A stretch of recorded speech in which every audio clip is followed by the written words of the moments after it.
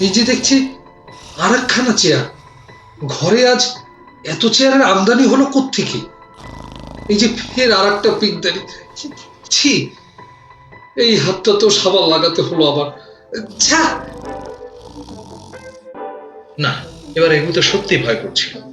ঘরে আজ যেরকম বিজ্ঞানীর আমদানি, তাতে আর বেশি পরিভ্রমণ নিরাপদ নয়। দরজাটা কোন দিকে?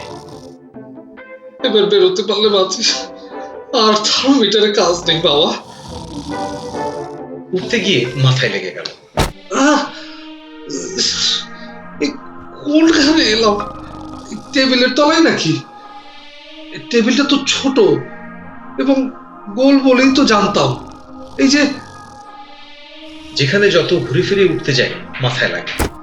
ঘরের ছাদ নোটিশ না দিয়ে হঠাৎ এত নিচে নেমে আসবে বলে তো মনে হয় না।